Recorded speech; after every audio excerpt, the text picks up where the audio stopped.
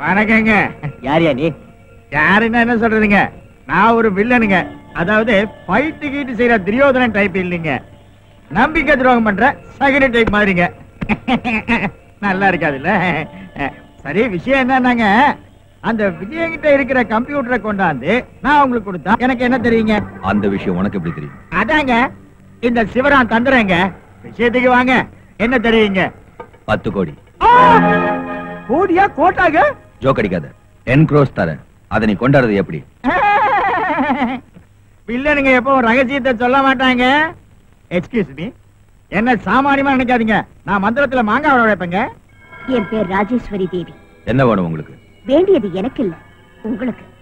அந்த ONGC officer Vijay கிட்ட இருக்கிற கம்ப்யூட்டர் உங்களுக்கு வேணுமாமே? அந்த விஷயம் எப்படி உங்களுக்கு தெரியும்?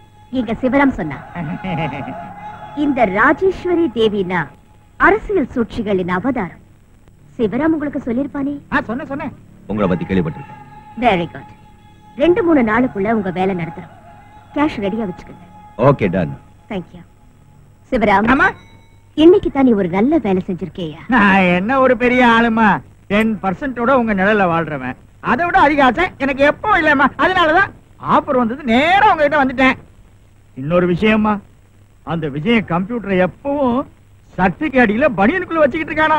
அப்படி நாம ஒரு நல்ல பிளான் போட்டு அந்த கம்ப்யூட்டரை எப்படியாவது அவங்க கிட்ட இருந்து பறிச்சுக்கணும். ஒரு அருமையான ஐடியா. என்னது?